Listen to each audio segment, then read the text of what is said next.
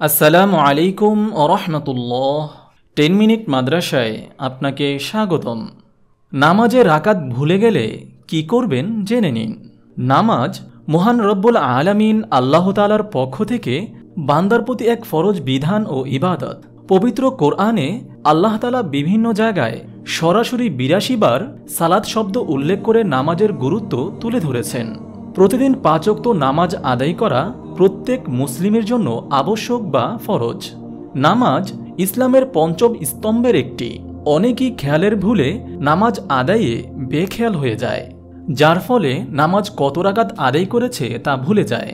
সেক্ষেত্রে করণীয় সম্পর্কে প্রিয়নবী সাল্লাল্লাহু আলাইহি ওয়াসাল্লাম দিয়েছেন সুস্পষ্ট দিক নির্দেশনা।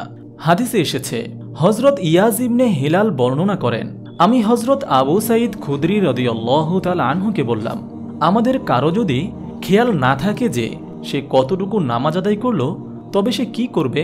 তিনি বলেন, রাসূল সাল্লাল্লাহু আলাইহি ওয়াসাল্লাম ইরশাদ করেছেন, তোমাদের কারো নামাজ আদায়কালে যদি কত রাকাত পড়েছ সে খেয়াল না থাকে, তবে শেষ বৈঠকে বসা অবস্থায় 2 সেজদা দেবে। তিরমিজি।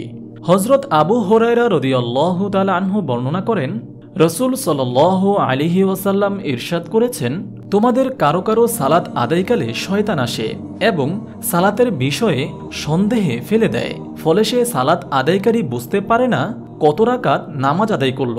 তোমাদের কারো যদি এরকম কিছু হয়, তবে শেষ বৈঠকে বসা অবস্থায় সে যেন 2 সেজদা আদায় করে। তিরমিজি।